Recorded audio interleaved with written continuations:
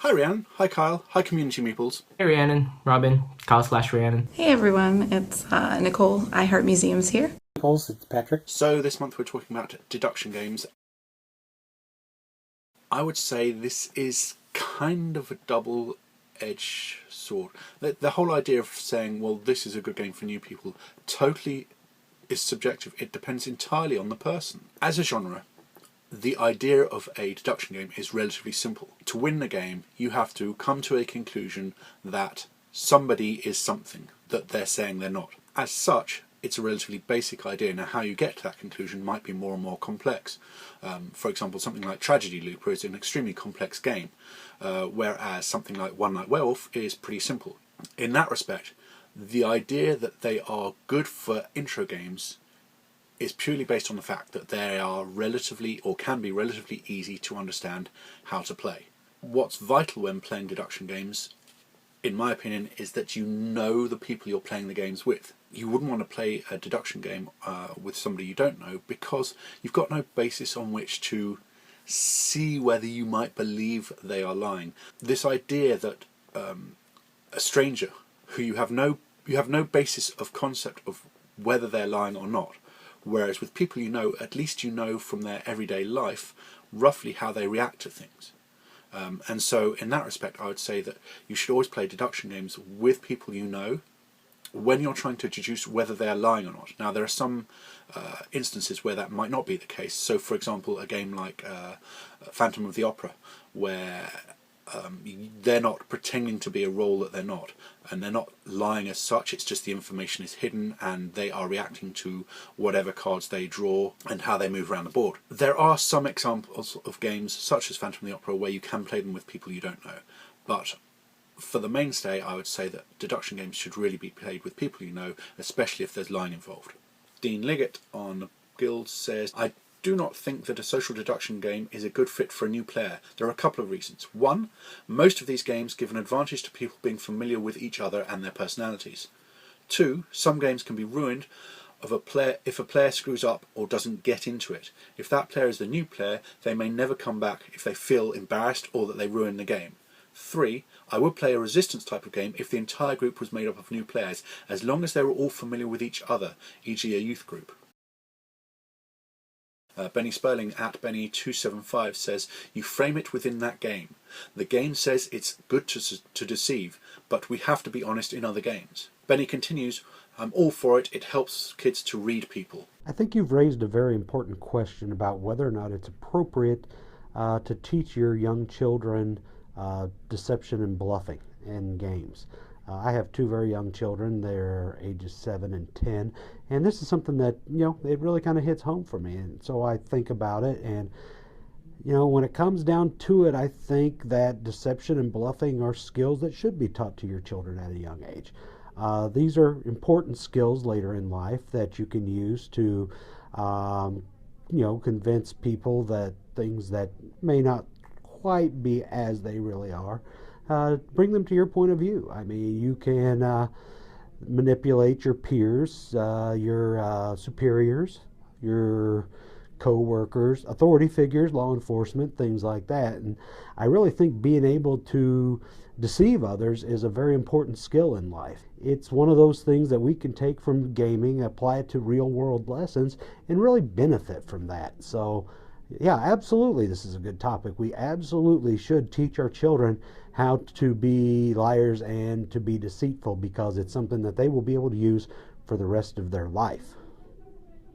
Some more tweets. Board Game Jewel at Board Game Jewel says, with regards to children and lying in games, it needs to be done carefully. Lying is not something you want to teach kids is okay.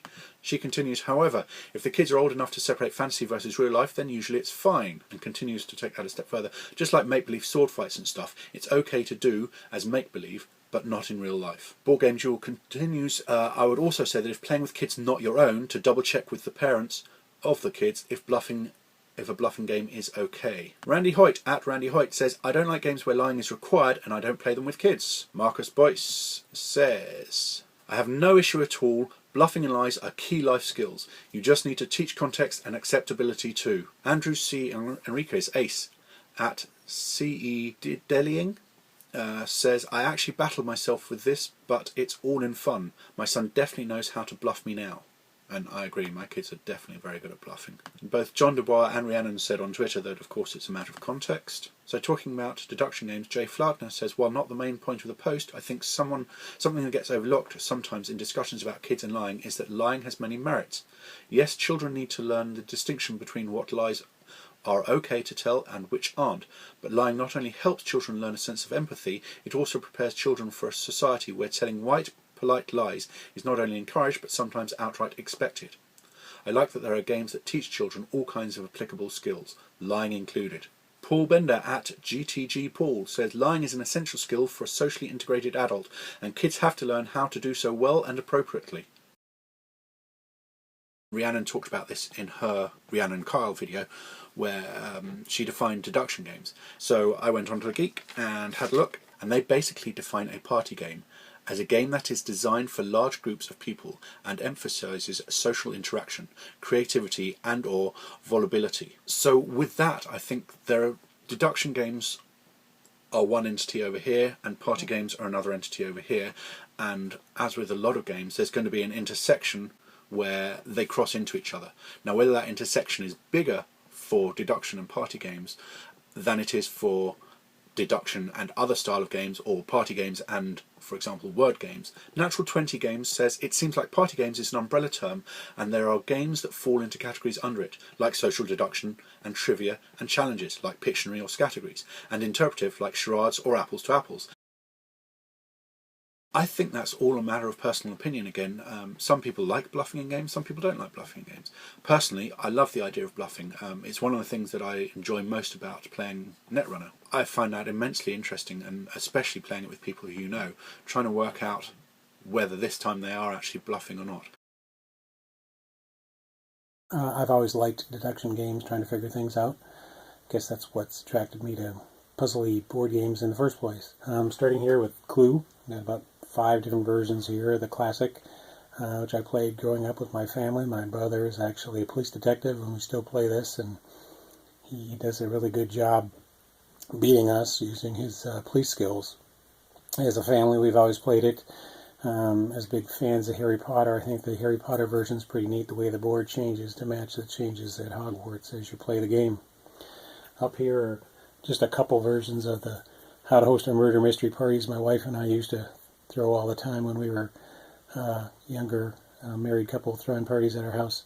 I haven't done that in a while. We were thinking about doing one recently, but haven't gotten to it. Other kinds of deduction games that came up on Board Game Geek are Bang or Resistance or Werewolf, which I own, but really because my son likes them, I'm not a big fan of more of the psychological, trying to figure out what's going on in somebody's head. Coup, any of those, I'm horrible at them, and don't really like them that much. I don't mind the ones that have a hidden traitor, like Shadows over Camelot or Police Precinct, where maybe there's just a little bit of the game involves social, psychological deduction. I just don't like where it's the entire game. Other than that, there's obviously lots of different other kinds of games here that have that sort of deduction aspect, and of course, Sherlock Holmes. Big fan of deduction games, and thanks for the topic. Scott Farrier says, my favourite recent deduction games are Mysterium and Tragedy Looper. Mysterium has one player be the ghost and is trying to give clues through dreams using Dixit-like cards. So usually there is an unrelated card that the ghost is trying to get them to guess. Maybe the only link is that they both have a lot of yellow in them, or there is a rat in the background that reminds the player of the chef from Ratatouille. Tragedy Looper has one person that has to adhere to a very strict rules of play to make something bad happen, and it's up to the loopers to go back in time and stop that from happening by deducing what the evil person's goal is, i.e. one person can't be alone, or when this person enters a room, they die. I tend towards social deduction games more than any other kind of deduction game, so I'm really into things like One Night Ultimate Werewolf, the Resistance, and things like that. I guess Mysterium is kind of a social deduction game in that you're working together to deduce something via clues. It's been a really fun addition to my collection. There was a game I played at the Gathering of Friends called Dark Moon, which is a hidden trader game that has a very John Carpenter, The Thing-like vibe to it, and as a fuller board game with a bit of social deduction, figuring out who is the infected. I really had a fun time with that. So I think more than just a logical deduction, I lean towards things that are much more social, much more open to interpretation, and open to lying and maybe bluffing a bit more. So bluffing deduction is good. As far as straight up deduction goes, one that I've tried recently is Alchemists, which is like a real hardcore logic game that's variable every time you play it because of the app it uses. So I've really enjoyed that. And games like Hanabi and Beyond Baker Street, which I've just tried, are a great way to have a co-op game that is also a little harder line deduction rather than the bluffing aspects to it. So you're still working off clues to deduce, but I feel like it's not as open to interpretation maybe.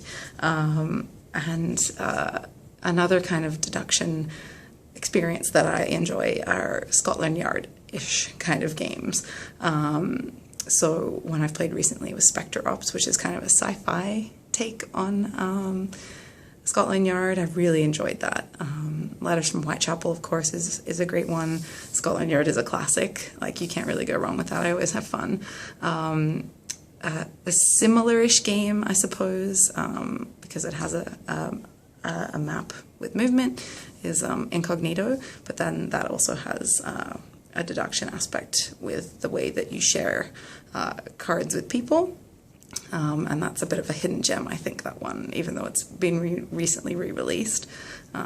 So yeah, and I guess another one that kind of is in between all of that for me is Lord of the Rings Confrontation, a great two-player game. You're kind of trying to figure out what your opponent is doing and the characters they're moving by the way that they're moving them. So it's kind of strategic deduction, I suppose.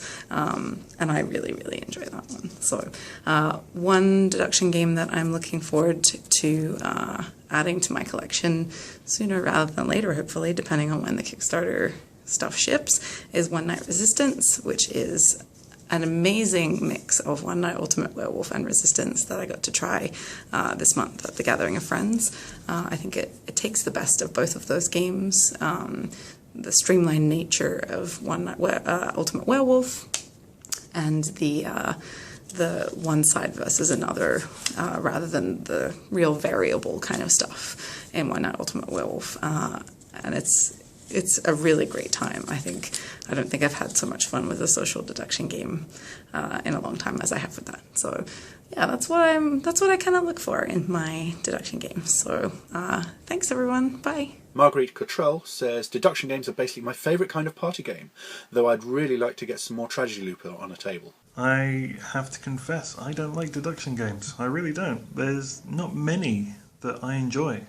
My girlfriend Steph is pretty much in the same mindset. We don't enjoy playing them together. And we specifically don't like playing the competitive ones where it's one person versus another. The atypical Letters from Whitechapel or Scotland Yard where one person's hiding, the other person's trying to track them down. It's just not something we're interested in. We do like competitive games. We do like conflict. Steph still brings up the times her damned eagles wrecked my orcs in Battle of Five Armies. And it's fair to say that when we're playing worker placement, we play it with a lot of swearing and a lot of blocking. Quite cutthroat. So what is it about Letters from Whitechapel and things like that that we don't enjoy? Well, it comes down to the atmosphere it generates around a gaming table when played with two players. When one person has to keep things secret and the other person is just on their own, puzzling out a puzzle by themselves. It's just not a fun environment for us. We like to play together. We play to unwind after work. It's just something we like to do, but we like to do it with some table talk, a bit of banter, a bit of fun. We like to play with each other. We like to play around, and these games don't allow us to do that. So we do avoid them. Typically, if a game has too much hidden information, specifically asymmetrical, so one person knows much more about something than someone else, and there isn't much open or trackable information, then it just doesn't produce that kind of environment we like to play in. It's very hard to give hints to people to play optimally. We play to win, but we do so hoping that the other player is playing as best as they can. A victory just isn't a victory if the other person's forgotten to use a power or forgets to use a certain aspect of what they're doing. It makes teaching these games with two players very difficult. We just don't like these kind of claustrophobic, silent environments where one person's puzzling something out and the other person just sitting there waiting for it to all be over. We like our hidden information like Reese's peanut butter cups, just a light coating around a chewy, knowable information center that we can really play around with.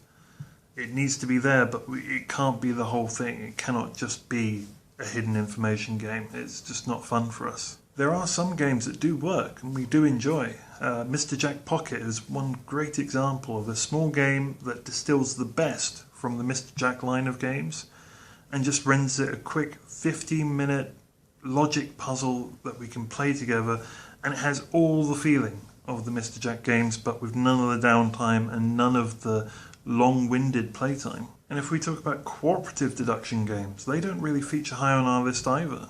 We tend not to have many of them. I check my list and there's not many on there. Hanabi just feels like half a game to us. It's mechanisms and you play and it's silent and you say a few words to one another. That's not very interesting to us. We're particularly wanting something else to do, and there are games like Bomb Squad and Beyond Baker Street that seem to offer something more than just the basic experience, and those games are ones that we would be interested in. To carry on the sleuthing theme of games that actually appeal to us and involve deduction, it would be silly not to mention Sherlock Holmes Consulting Detective. It's a fantastic, fantastic game, a wonderful experience, and it really is an experience because you'll play through the 10 cases that it presents and that will be it. But you'll have your notes, you'll have your memories from it. It's kind of like a choose-your-own-adventure book where all the routes have been erased and you have to rediscover the path to the exit. You have to find the true clues. You may disagree with the end of the book, and that's fine, but it's the experience of using your own mind to think out the box to try and get to the end before Sherlock. You won't do it because he cheats quite a bit in it, but it's the challenge. The game is afoot. John Dubois at John Dubois says, my favourites are Coup, Odd Socks and Haggle, probably in that order. On the Board Game Geek, Paul in KO. I'm sorry, Paul. My favourite deduction games involve bluffing and hidden information, social deduction over pure memory-based games any day. Deduction and bluffing games. This is actually one of my favorite types of games. Here in Japan, we have a lot of those types of games, and I think the most popular one is Werewolf. And we have had a lot of werewolf derivatives, like anime-style games that have a werewolf theme to it. And of course, one of the more popular werewolf games that came from Japan actually became very popular in America by the form of One Night Werewolf. So this actually was a Japanese game, One Night Werewolf. Then Bezier Games expanded it into One Night Ultimate Werewolf with more roles and things. The Japanese version actually followed suit with more roles, but not as much as this one, and without the app and everything. So, on topic of bluffing and deduction games, I love it because it's just really fun to solve the puzzle, get that logic through, remember all the information, and look at your friends' faces and directly lie to them, and it's so good. Okay, so here in Japan we have, let me show you some examples of the games that I do have here. So here we have Yabunonaka by Oink Games, designed by Jun Sasaki. And in this game, the players are detectives trying to solve a murder of this person, and these three are the culprits. Now, each of you at the start knows two people who hasn't done it, but you don't know about these three. So on your turn, what you do is you pick two of these, and you look at them, and then you put them back down. Then you pick one of these three to say I think he's the murderer. Like, I think he's the one who killed this guy. And then the next person will go, and they can look at two more people, but not the one you voted on. And it goes around the table until it gets back to you again. Once it gets back to you, you flip over all the people, and you find out who the murderer is. Now, the murderer actually is one of these people. However, all these people are numbered 2 through 8, one of which is blank, so there's 9. And the highest numbered card here is the murderer. So for example, if there's a 2, this is a 4, this is a 6, the 6 is the murderer. However, if one of these guys is a 5, the lowest number is the murderer. So for example, 2, 5, and 6, the 2 is the murderer. So as you go on and with that, so if you're correct, you get your token back that you used to vote. If you're wrong, you get your token back, but face down. If you have no more face up tokens, you lose. I think you get 8. Yeah. Anyway, it's a great little deduction game. A couple more from Oink Games. This one's Troll, and this one is Fake Artist Goes to New York. This one's more like a party game, but let me explain this one. This is Troll, and what you are thieves trying to see how much jewels you can steal from the troll. The first thief during the day will run in to the cave, look at the troll, see how powerful he is. For example, like he's powered 7, and then see how many jewels you can steal. You put down a card that you have is numbered 0 through 5, noting that's how many jewels you can steal. You can steal up to the number of the troll. So for example, 7, you can steal up to 7 jewels from the troll. You do that, and the next player can choose to do the same thing, run in, look at the troll, and then put a card down. Or just don't look at the troll, run in and get twice as many jewels, which doesn't count against it. So if put a 3 and that's twice, it's not a 6, it's just 3, which is great for later on. And then at the end of the day, you reveal all the thieves, you reveal the troll and see who can get the most jewels. You arrange all the thieves in ascending order, so 1, 2, and 3. So 1, 2, and 3 is 6. That's under the 7 limit, so they all pass. A 1, 2, and a 5 is over, so the 5 would get caught and crushed by the troll, getting -2 points. Great little game, and I'll probably do a separate video for this later. This one is A Fake Artist Goes to New York, and what this is actually, it's a 5 to 10 player game. And what you're doing is you are a fake artist who decided to go to New York and make it as a real artist. However, there are real artists, and in the same group that you're in, and what you're trying to do is just hide in there and be classified as one of them. So there is a quizmaster, and he picks a general topic, for example, animals. From that one, he picks a specific topic and writes it on all the tiles and gives it to all the players. Everybody gets a specific animal or a specific specific topic from the general topic. So for example, our general topic was dog, or animal, and their specific topic would be dog. So he writes dog on the 9 tiles except for 1, which has an X or blank, and he gives that to all the players. The person who has the blank is the fake artist. So he has to basically figure out what everyone else is trying to draw. After everybody gets the tiles, everybody gets there's one piece of paper that gets passed around, and on your turn what you do is you draw a single line with your color, and you pass it to the next person. And you're trying to draw that picture, but not try to be too specific, because if the fake artist can guess what it is, they win 2 points, along with the quizmaster, who also gets 2 points.